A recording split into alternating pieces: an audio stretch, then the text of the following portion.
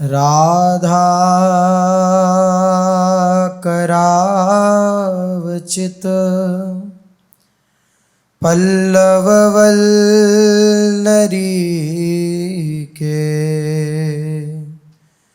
Radha पदांक Wilson मधुर स्थलीके। राधा यशो मुखरमत खगावली के राधा विहार विपिने रमतां मनो में। रसघन मोहन मूर्तिं विचित्र केलि महोत्सवोल्लसितं राधा चरण विलोडित रुचिर शिखंडम हरिं वंदे। वाञ्छाकल्पतरुभ्यश्च कृपा सिन्धुभ्य एव च पतितानां पावनेभ्यो वैष्णवेभ्यो नमो नमः। पतितानां पावनेभ्यो वैष्णवेभ्यो नमो नमः।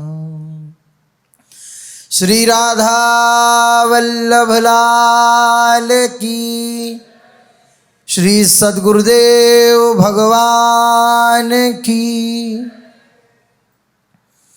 श्री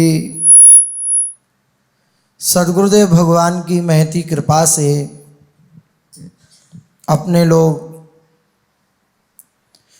भक्ति महारानी के 64 अंगों का कथन श्रवण कर रहे हैं, जो श्री रूप गोस्वामी जी ने भक्ति रसामृत सिंधु में वर्णन किए। भगवत कृपा से उन अंगों की व्याख्या चल रही है, जिसमें कल तक 8वें अंग की व्याख्या हुई। समस्त व्यवहारों को प्रयोजन के अनुसार आचरण करना, समस्त व्यवहारों का प्रयोजन के अनुसार आचरण करना, जितनी आवश्यकता है उतना व्यवहार करना। अनावश्यक व्यवहार मोह के कारण होता है, आसक्ति के कारण होता है। और जब भगवत प्राप्ति के लक्ष्य की दृढ़ता हृदय में नहीं होती, तब हमें अपने समय की कीमत नहीं होती कि समय कम है, हमें अपने लक्ष्य की प्राप्ति करनी है, तो हम अनावश्यक व्यवहार में उतर जाते हैं। जितना हो सके कम से कम व्यवहार करते हुए, सत्संग के सूत्रों को हृदय में धारण करके फिर व्यवहार करते हुए जब हम आचरण करते हैं, तो वह व्यवहार भी भगवत स्वरूप होकर के प्रभु की प्राप्ति में सहायक हो जाता है। खास बात है, जैसा कि 2 दिन उसकी चर्चा हुई अंग की, खास बात यही है, सीधी सी कसौटी इसी बात की है, हमारी स्मृति हो रही है कि नहीं। सारा खेल स्मृति का है। भगवत प्राप्ति होती है स्मृति से, स्मरण से। संबंध की भी महिमा इसीलिए है क्योंकि जिससे संबंध होता है उसका स्मरण होता है। श्री जी से हमारा संबंध है, हम श्री जी के हैं, ये बात हृदय में उतरी या नहीं उतरी, इसका क्या कसौटी होगी? इसकी कसौटी यही है कि स्मरण कितना है, श्री जी की याद कितनी आती है, श्री जी के प्रति कितने हम आकर्षित होते हैं, कितना उनकी तरफ बढ़ते हैं, कितना उनके लिए तड़पते हैं। ये कसौटी है, स्मरण कसौटी है। जिनकी हम शरण हैं उनका स्मरण, उनकी याद। तो 8वें अंग की व्याख्या अपने लोगों ने कथन श्रवण करी। अब 9वां अंग आ रहा है, इसका नाम है हरिवासर सम्मानो। हरिवासर अर्थात एकादशी, एकादशी का सम्मान करना अर्थात एकादशी आदि का व्रत धारण करना। पद्म पुराण में वर्णन है एकादशी जी का। प्राचीन समय की बात है, सतयुग में मुर नामक दानव रहते थे। मुर नामक राक्षस एक रहा करता था, अत्यंत रौद्र और संपूर्ण देवताओं के लिए भयंकर था। तप के प्रभाव से, तप के बल से उस दैत्य ने ऐसे ऐसे वरदान प्राप्त किए, ऐसा उसका तप हुआ कि वह जहां चाहता वहां अपनी धौंक जमा लेता। इंद्रासन पर भी उसने विजय प्राप्त कर ली तप के बल से। इंद्रासन पे कोई सामान्य बल के द्वारा विजय प्राप्त नहीं कर सकता, क्योंकि एक व्यवस्था है वहां पर। कोई सामान्य बल के द्वारा कि यहाँ का कोई बलवान जाए और उस पर विजय प्राप्त कर ले, ऐसा नहीं। स्वर्ग आदि पर विजय प्राप्त की जाती है तप के बल से। जितना तप कठोर होता है उस तप के बल से स्वर्ग आदि लोकों पर विजय प्राप्त की जाती है। ये मुर नामक दैत्य बड़ा काल रूपधारी दुरात्मा, इसने इस महाअसुर ने इंद्र को भी जीत लिया। संपूर्ण देवता उससे परास्त होकर के स्वर्ग से निकाले जा चुके। अब सब शंकित होकर, भयभीत होकर इधर उधर पृथ्वी पर विचर रहे हैं, क्या करें।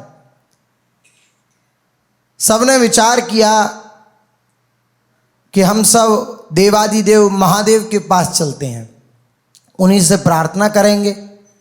कोई भी संकट आता है तो सबसे पहले महादेव जी के पास देवतागण जाते हैं, क्योंकि आशुतोष हैं, तुरंत प्रसन्न हो जाने वाले हैं, ऑर्डरधानी हैं।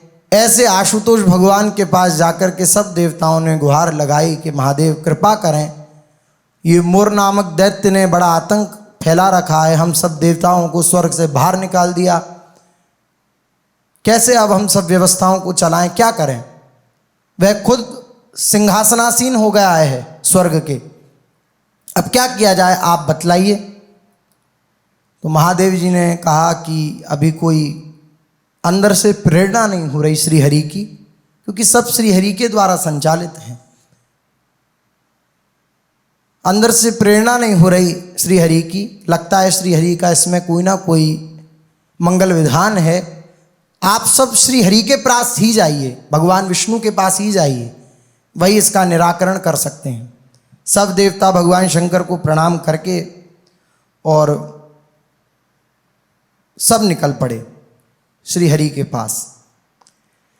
वहाँ पर भगवान सुंदर क्षीर सागर में विश्राम कर रहे थे। शंख चक्र गदा पद्म सुंदर श्री लक्ष्मी देवी उनके चरणों को सहला रही थीं। सप्तऋषि मंडल स्तुति कर रहे थे। सब देवताओं ने जाकर के वहाँ श्री हरि को प्रणाम किया और प्रार्थना करी, स्तुति करी प्रभु की। ओम नमो देवदेवेश देवदानव वंदित दैत्यारे पुंडरीकाक्ष त्राहिनो मधुसूदन सुराः सर्वे समायाता भयभीताश्च दानवात् शरणं त्वां जगन्नाथ त्राहिनो भक्तवत्सलः। इंद्र बोले, जो देवताओं में प्रमुख हैं, उन्होंने कहा देव देवेश्वर आपको प्रणाम है, नमस्कार है। देवता और दानव दोनों आपकी वंदना करते हैं। हे पुंडरीकाक्ष, आप दैत्यों के शत्रु हैं। हे मधुसूदन, हम लोगों की रक्षा कीजिए। हे जगन्नाथ, संपूर्ण देवता इस मुर नामक राक्षस से बड़े खिन्न हैं। सबको इस मुर नामक राक्षस ने निकाल दिया है। भगवान देव देवेश शरणागत वत्सलः शरणं तम चायात भयभीताश्च देवता देवता निर्जिताः सर्वा स्वर्ग भ्रष्टाः कृता विभो अत्युग्रेण ही दैत्येन मुर नामना महोजसा। ये मुर नामक ये राक्षस ऐसा है प्रभु, इसने हम सबको स्वर्ग से निकाल दिया। आपके द्वारा स्थापित ये स्वर्गादिक लोक हैं, आपके विधान के अनुसार यहाँ पर सब क्रिया होती हैं, लेकिन आपके विधान में बाधा खड़ा करने के लिए ये मुर नामक दैत्य आ गया है और इसने हम सबको स्वर्ग से निकाल दिया है। अब भगवान विष्णु इस बात को सुन करके बोले कि अरे देवराज बताओ ये दानव कैसा है, उसका रूप और बल कैसा है और उसका रहने का स्थान कहाँ है। इंद्र बोले देवेश्वर, ये पूर्व काल में ब्रह्मा जी के वंश में तालजंग नामक एक महान असुर उत्पन्न हुआ था जो अत्यंत भयंकर था, उसी का ये पुत्र है मुर। वह भी अत्यंत उत्कट है, महापराक्रमी है और देवताओं के लिए बड़ा कष्टप्रद है, बड़ा भयंकर है ये प्रभु। चंद्रावती नाम से इसकी प्रसिद्ध नगरी है, उसी में स्थान बनाकर ये निवास करता है। अब ये इस दैत्य ने समस्त देवताओं को परास्त करके हमें स्वर्गलोक से बाहर निकाल दिया और खुद सिंहासनासीन हो गया है। ये खुद सिंहासन पर बैठ गया है। अग्नि, चंद्रमा, सूर्य, वायु तथा वरुण भी इसने दूसरे ही बना लिए अपने। अग्नि वायु सब कैसे, तप में बड़ी शक्ति होती है, इसने सब दूसरे बना लिए हैं, अपना वरुण, अपनी अग्नि, अपना सब कुछ। जनार्दन मैं सच्ची बात बता रहा हूं, उसने सब कोई दूसरे ही कर लिए हैं। देवताओं को तो उसने प्रत्येक स्थान से वंचित कर दिया है। इंद्र का कथन सुनकर प्रभु को बड़ा क्रोध आया कि हमारे संविधान में कौन ये बाधा उत्पन्न कर रहा है। प्रभु को बड़ा क्रोध आया। प्रभु ने कहा कि तुम मेरी शरण में हो सब देवता, मैं शरणागत प्रतिपालक हूं। एक बार जो मेरी शरण में आ जाता है उसको अभय प्रदान करता हूं मैं। जाओ तुम अभय हो जाओ, अब मैं देख लूंगा। भगवान तुरंत बारंबार गर्जना करते हुए, और संपूर्ण देवता तो इधर उधर भाग गए, लेकिन प्रभु सामने गए मुर दैत्य के। हुंकार करता हुआ वह मुर दैत्य, प्रभु ने कहा कि अरे तू जानता नहीं, ये शंख चक्र गदा पद्म देख रहा है, देख मेरी बाजुओं का बल, तुझे भय नहीं लगता। तो मुर बोला कि हम भयभीत होने वालों में से नहीं हैं कि तुम्हारे वे शंख चक्र गदा पद्म देख करके हम भयभीत हो जाएं, तुम्हारे बाहुबलों को देख के हम भयभीत हो जाएं, हमें भी बहुत बल है। अब वे दानव भगवान विष्णु को देख करके बोला, ए खड़ा रहे, यहीं खड़ा रहे। ललकार सुनकर भगवान के नेत्र क्रोध से लाल हो गए। वे बोले, अरे दुराचारी दानव, मेरी इन भुजाओं को देख।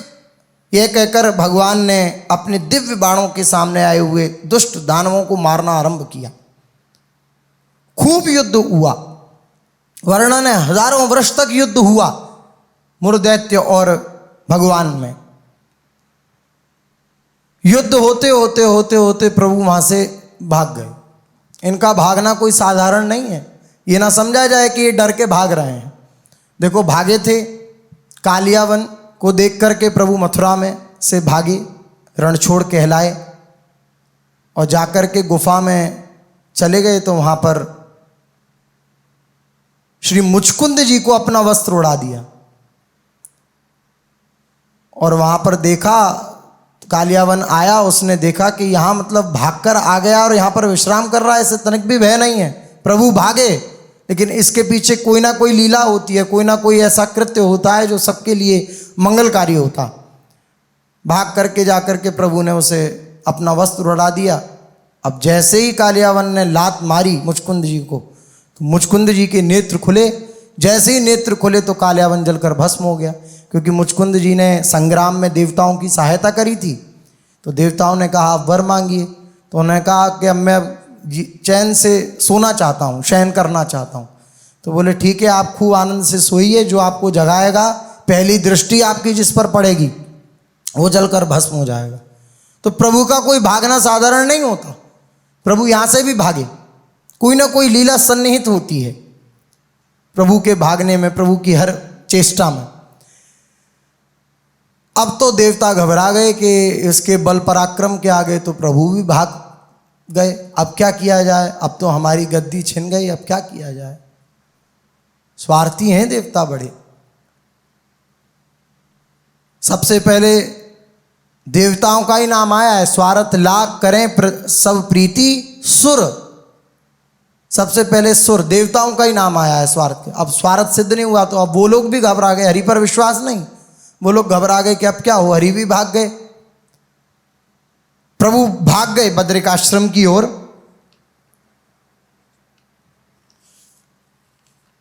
वहां जाकर के प्रभु आराम से गुफा का, एक गुफा थी सिंहावती नाम की, उस गुफा में जाकर के दरवाजा, एक ही दरवाजा था उसका, उसमें घुस करके और प्रभु विश्राम उसी में सो गए।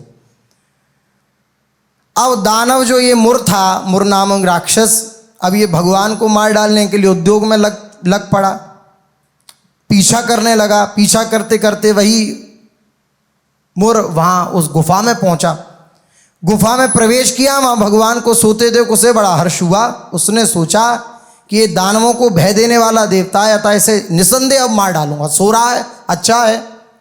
जैसे ही मारने को उद्यत हुआ तो प्रभु के शरीर से, उन्हीं के अंश से, श्रीअंग से एक कन्या का प्रादुर्भाव हुआ। उस कन्या ने कहा, अरे ये क्या चेष्टा करते हो, तुम इतने बड़े योद्धा हो, तुम्हें युद्ध की जो नियमावली है उसका ज्ञान नहीं है। किसी सोए हुए पर प्रहार नहीं करना चाहिए, अभी जग जाने दो श्री हरि को, तब युद्ध करना। तो मुर ने कहा कि आप कुछ ना बोलें, आप सुकुमारी हैं, आप कुछ ना बोलें। अपने विद्रोही को, द्रोही को जैसे हो तैसे तुरंत उसे खत्म कर देना चाहिए, नष्ट कर देना चाहिए, वरना वह बड़ा आगे तक हमारे लिए अशुभदायक होगा। कन्या ने कहा कि तुम मानोगे नहीं, श्री हरि के अंश से मैं प्रकट हूं, चलो हमसे दो दो हाथ कर लो तुम, तब श्री हरि से बाद में करना। तो मुर ने कहा, तुम सुकुमारी हो, तुम क्या हमसे लड़ोगी, लेकिन अब तुम्हारे ज्यादा इच्छा है तो चलो युद्ध करते। अब भगवान के तेज के अंश से उत्पन्न हुई वह कन्या, वह दानवराज मुर के सामने युद्ध करने लगी। युद्ध छिड़ गया। कन्या सब प्रकार की युद्ध कला में निपुण, वह जो जो क्रियाएं करता मुर, उसके प्रत्युत्तर में उससे भी बड़ी क्रिया करके श्री वह कन्या दिखा देती। वह मुर नामक महान असुर उसके हुंकार से डर गया और ऐसी भयंकर हुंकार करी उस कन्या ने कि वह जल करके राख हो गए, राख का ढेर हो गया। दानव के मारे जाने पर भगवान जगे, दानव को पृथ्वी पर पड़ा देखा, उस मुर दैत्य को और उस कन्या को देखा। तो प्रभु ने कहा कि ये मेरा उग्र शत्रु था, भयंकर था, इसका वध किसने किया। तो वह कन्या जो थी वह बोली कि आपके कृपा प्रसाद से मैंने ही इसको मारा है, इस महादैत्य का वध मैंने ही किया है। बोले आप कौन हैं? बोले मैं आपके अंश से ही निकली हुई हूं। भगवान बड़े प्रसन्न हुए और कहा, कल्याणी तुम्हारे इस कर्म से तीनों लोकों के मुनि और देवता आनंदित हुए हैं, सबको आनंद मिला है क्योंकि सब इससे त्रस्त थे। अतः तुम्हारे मन में जैसी रुचि हो उसके अनुसार मुझसे कोई वर मांगो। देव दुर्लभ होने पर भी वह वर मैं तुम्हें दूंगा, इसमें तनिक भी संदेह नहीं है। वह कन्या कौन थी जो श्री हरि के अंग से प्रकटी? वही थी एकादशी। उसी कन्या का नाम एकादशी हुआ। एकादशी जी ने जब ये बात सुनी कि प्रभु समस्त वर देने में सक्षम है, प्रभु मुझे वर देने के लिए कह रहे हैं, तो एकादशी जी ने कहा कि प्रभु यदि आप प्रसन्न हैं तो मैं आपकी कृपा से सब तीर्थों में प्रधान हूं, ये मुझे वर दीजिए।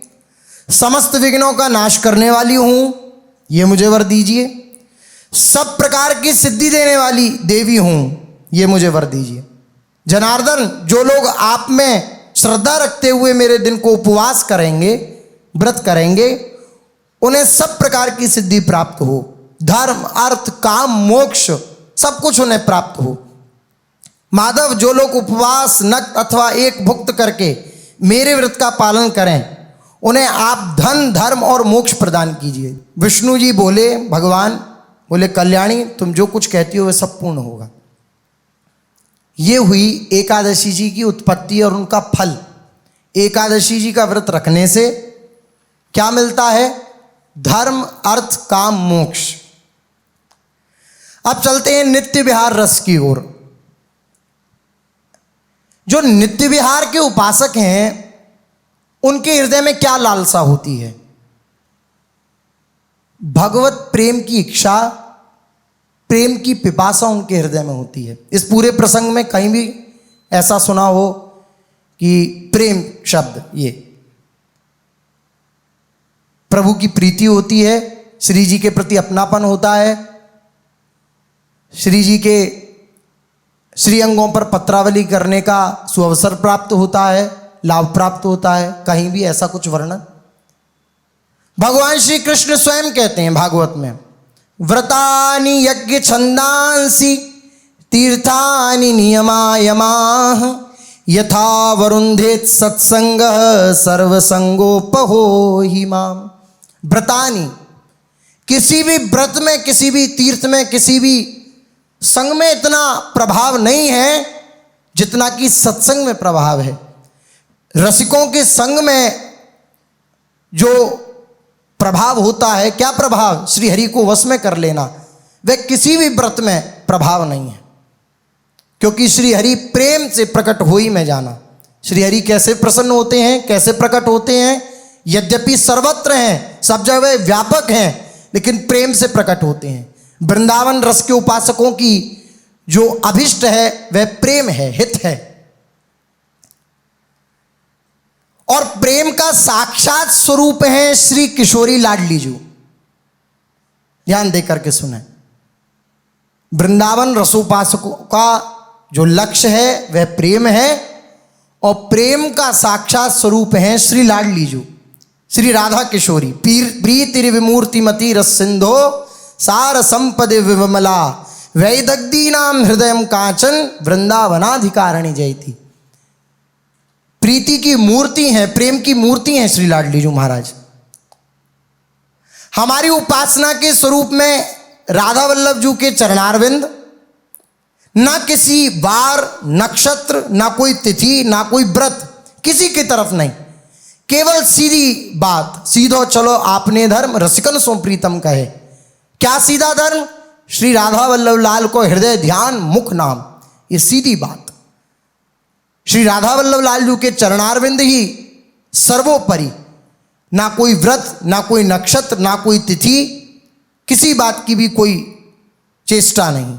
श्री सेवक वाणी में श्री सेवक जी कह रहे हैं, श्री हरिवंश जनित जहां प्रेम तहां कहां व्रत संयम नेम क्षेम सकल सुख संपदा तहां जाति कुल नहीं विचार कौन सुत्तम कौन गंवार सार भजन हरिवंश को या रस मगन मिटे भव त्रास सुनहु रसिक हरिवंश विलास श्री हरिवंश ही गाई हूं।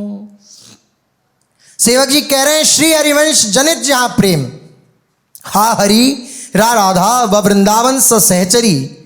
श्री वृंदावन में सहचरियों के मध्य श्री प्रिया प्रीतम की उपासना में जो लगे हुए हैं, उनकी प्रेमोपासना में जो लगे हुए हैं, जो तत्पर हैं, तहां कहां व्रत संयम नेम, वहां कहां ऐसी समय की व्यवस्था है जहां व्रत आदि, संयम आदि, नेम की ये सब श्रेणियों को पार किया जाए। कहीं ऐसी भी छूट नहीं है, समय ही नहीं है। आठों पहर श्री जी की सखियां श्री जी के दुलार में लगी हुई हैं। अब कौन तिथिवार नक्षत्र का ध्यान रखे?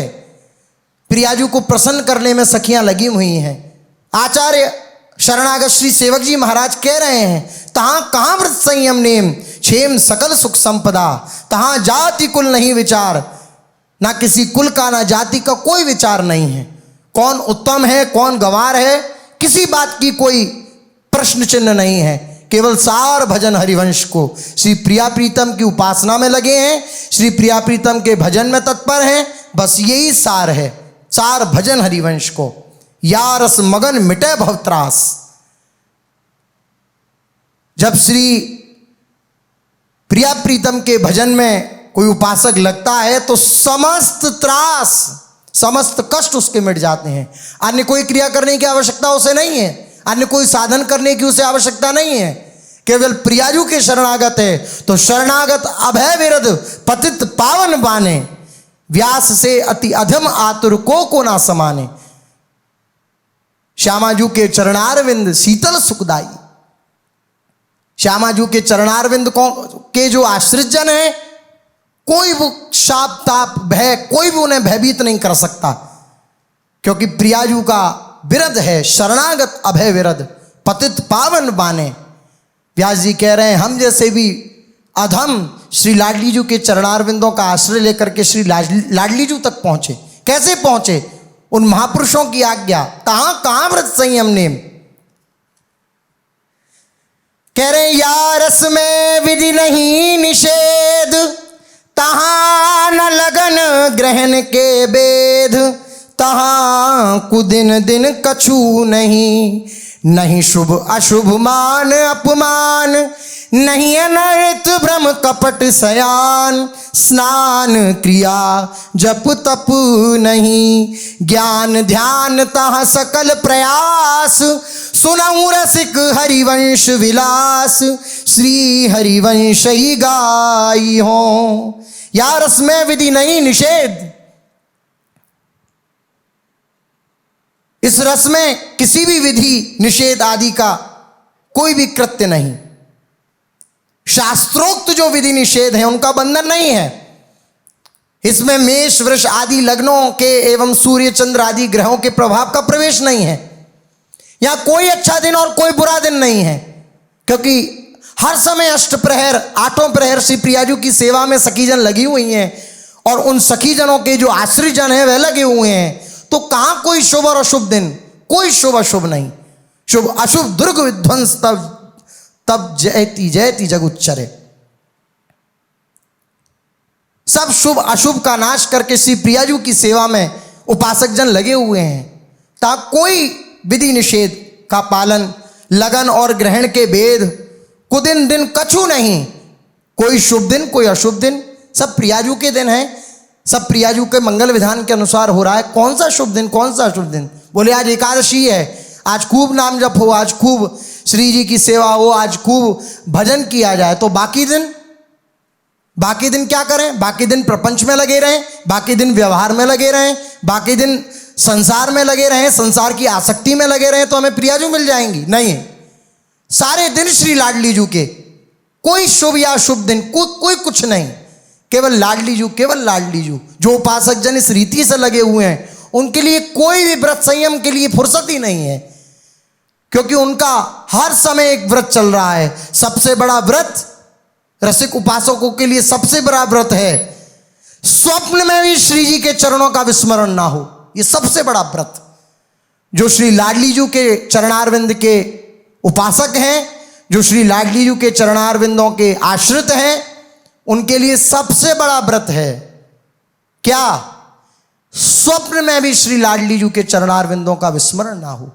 इस प्रयास में लगे रहना, इस प्रयास में तत्पर रहना। श्री सेवक जी कह रहे हैं साधन विविध सकाम मति, सब स्वार्थ सकल सबे जुअनीति। ज्ञान ध्यान व्रत कर्म जिते सब, काहू में नहीं मोहि प्रतीति।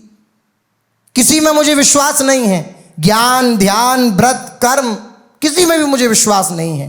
क्यों?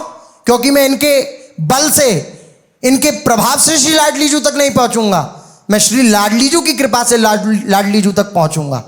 इनके प्रति, किसी के भी प्रति मेरा विश्वास नहीं है।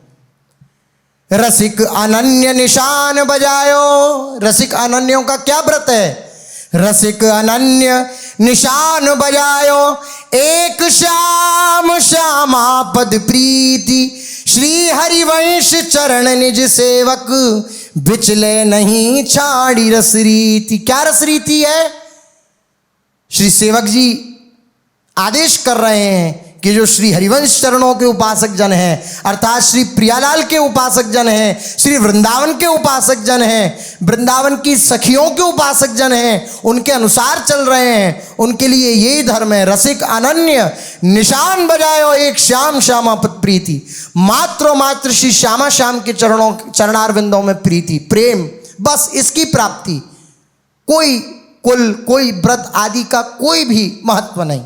एकादशी जी मुर को मारने को विष्णु जी के अंश से प्रकट हुई, और वे विष्णु जी किनके अंश से प्रकट हुए हैं? जरा गर्ग संहिता आदि ग्रंथों को अगर हम देखें तो वर्णन है कि भगवान श्री कृष्ण के श्री अंग से ही ब्रह्मादिक देवता प्रकट हुए,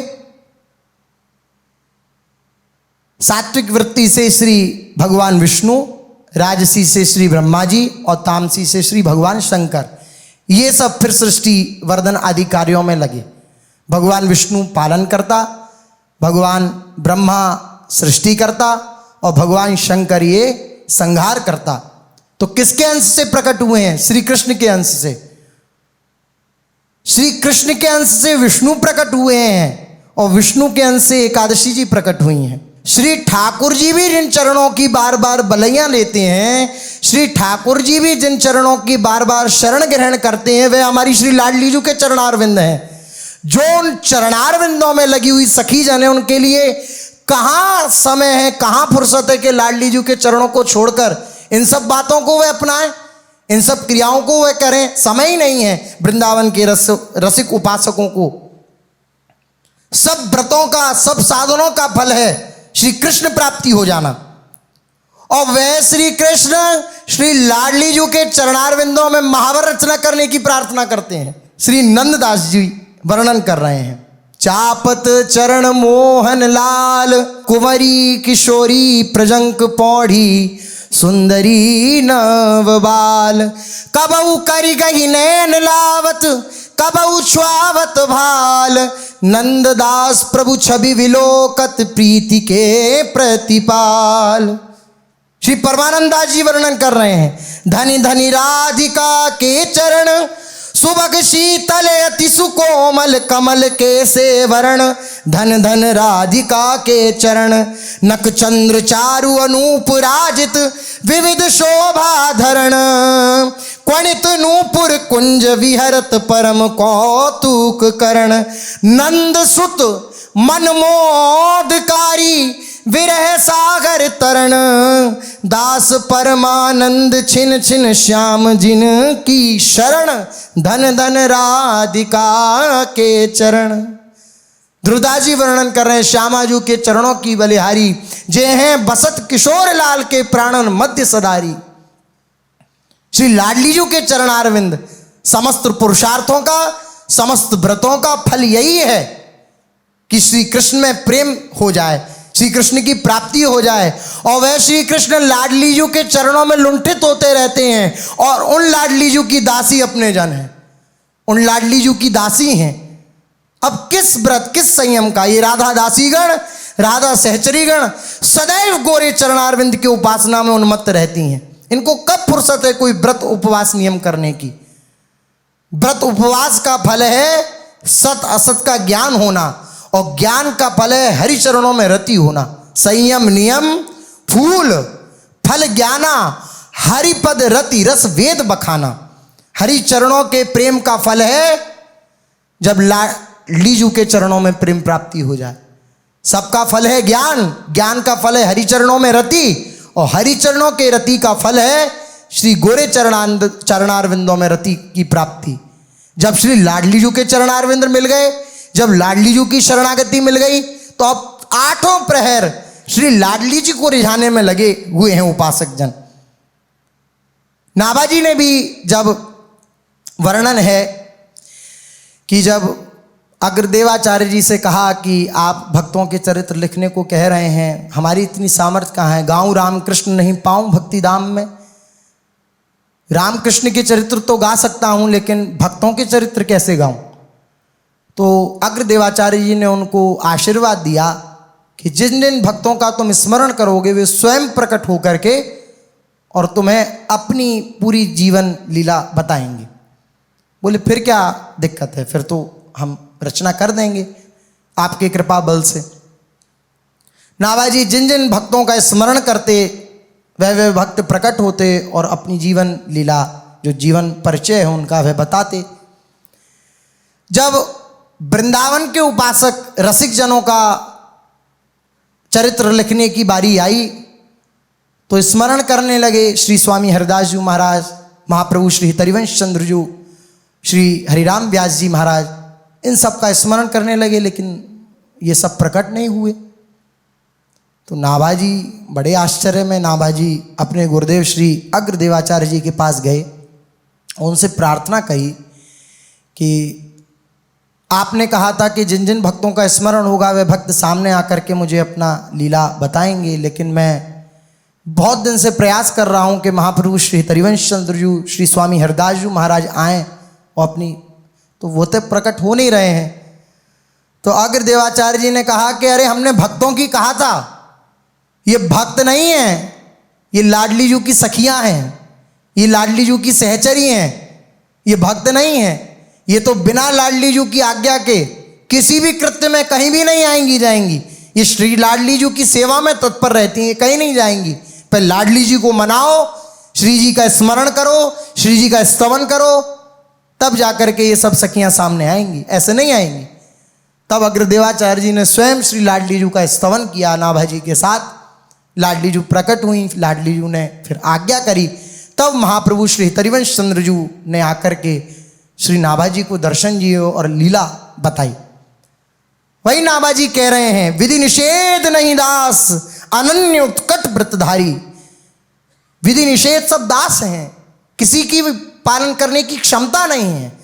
यहां तिरस्कार नहीं है, अवहेलना नहीं है विधि निषेध की, किसी भी शास्त्रीय सिद्धांत की अवहेलना नहीं है, लेकिन फुर्सत ही नहीं है लाडली जू के चरणारविंदों को छोड़ करके कहीं दृष्टि करें। रसना कटो जो अनरटो निरखी अनफुटो नैन, दृष्टि फूट जाए अगर कहीं और हमारे नेत्र जाएं तो फुर्सत ही नहीं है श्री लाडली जू के गोरे चरणारविंदों को छोड़ने की। तो अवहेलना नहीं है इन सब व्रतादि नियमों की, लेकिन फुर्सत नहीं है, शक्ति नहीं है, सामर्थ्य नहीं है, क्योंकि पूर्ण आसक्ति श्री लाडली जू के चरणारविंद में है, पूर्ण ममत्व श्री लाडली जू के चरणारविंद में है। नाभाजी ने लिखा, सर्वस्व महाप्रसाद प्रसिद्धता के अधिकारी। व्यास जी कह रहे हैं, करे व्रत एकादशी महाप्रसाद ते दूरी, बांधे जमपुर जाएंगे मुख में परी है धूर। एकादशी का व्रत धारण करते हैं और श्री राधा वल्लभ लाल जी के महल में, श्री बिहारी जी के महल में जाकर के वहां पर प्रसाद मिलता है तो हम अन्न बुद्धि उस पर कर देते हैं कि ये अन्न है, आज हमारी एकादशी है, हम उसको नहीं पाएंगे। तो कह रहे हैं जो महाप्रसाद का अपमान करता है वे यमपुर बांध के ले जाए जाएंगे और मुख पर धूल डाल डाल के यमपुर में उनको इतनी यातनाएं दी जाएंगी कि जिसका कोई अंत नहीं। महाप्रसाद की अवहेलना करना। व्यास जी ने एक दोहा और लिखा, कोटि कोटि एकादशी महाप्रसाद को अंश, तिनको ये प्रतीति है जिनके गुरु हरिवंश। हरिवंश चरणों के प्रताप से मैं ये घोषणा करता हूं, करोड़ों करोड़ों एकादशी भी महाप्रसाद के एक सीध के बराबर भी नहीं है, एक अंश के बराबर भी नहीं है।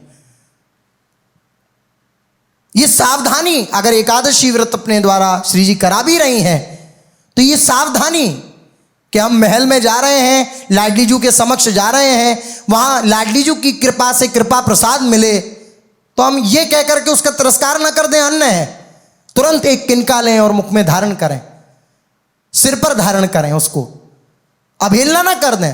तो जो लाडली जू के उपासक हैं वे लाडली जू के उच्छिष्ट को छोड़ करके, उनके प्रसाद को छोड़ करके और अपने लिए बोले आज हमारा व्रत हम अलग फलाहार। क्यों फलाहार? हमारी लाडली जू ने जो पाया वो हम पाएंगे। हम प्रसाद भोगता है, हम फल फूल और अन्न इन सब के भोक्ता नहीं है। हमारा जीवन का मूल है प्रसाद।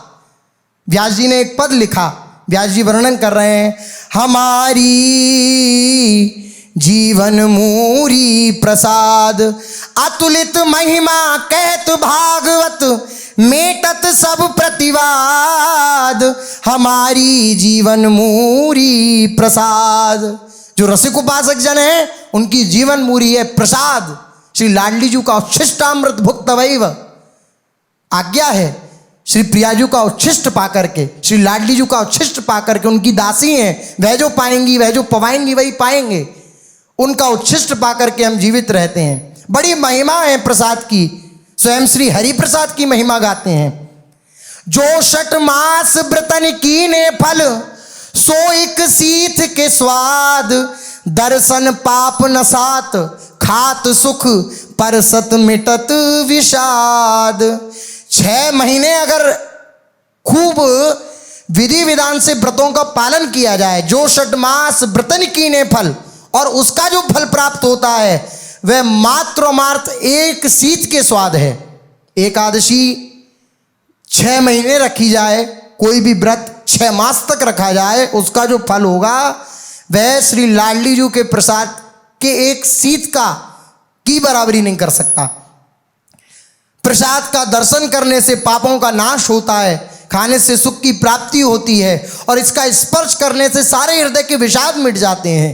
देत लेत जो करे अनादर, सो नर अधम गवाद, व्यास प्रीति परतीति रीति सो, जूठन ते गुणनाद, हमारी जीवन मूरी प्रसाद। जो देकर प्रसाद कोई दे और उसकी अवहेलना कर देता है तो वो अधम है, नर अधम है। हरि प्रसाद क्यों लेत नार की, जो नारकी जीव हैं वह प्रसाद की अवहेलना कर देते हैं, वो प्रभु का प्रसाद नहीं लेते हैं। व्यास प्रीति परतीति रीति सो, झूठन ते गुणगाद। हमारा तो विश्वास, हमारी प्रतीति केवल श्री लाडली जी के चरणारविंद में है, उनके जूठन में है। जो हमारी लाडली जी पाती हैं, हम रसिक जन उसी को पाते हैं। व्यास जी कह रहे हैं कि जो प्रसाद का अपमान करता है वो करोड़ों नरकों में जाता है। इसलिए सावधानी धारण करें। एकादशी अगर व्रत भी है तो श्री लाडली जी के महल में जाएं तो जो भी प्रसाद मिले उसमें अन्न बुद्धि नहीं, प्रसाद बुद्धि करके उसको ग्रहण करें और श्री लाडली जी के चरणारविंद के उपासना में मस्त रहें। और जो श्री लाडली जी के शरणागत जन हैं उनको रसिकाचार्यों ने जैसी विधि दी है, जैसी गति दी है, जैसा उन्होंने अनुसरण किया है, उन्हीं का अनुसरण करके रसिकाचार्यों के द्वारा ही, उनकी आज्ञा के द्वारा हम श्री लाडली जी तक पहुंच सकते हैं। उनके आज्ञा के द्वारा ही हम अपना जीवन बनाएं, ऐसी श्री लाडली जी के चरणों में प्रार्थना। श्री राधा वल्लभ लाल की जय।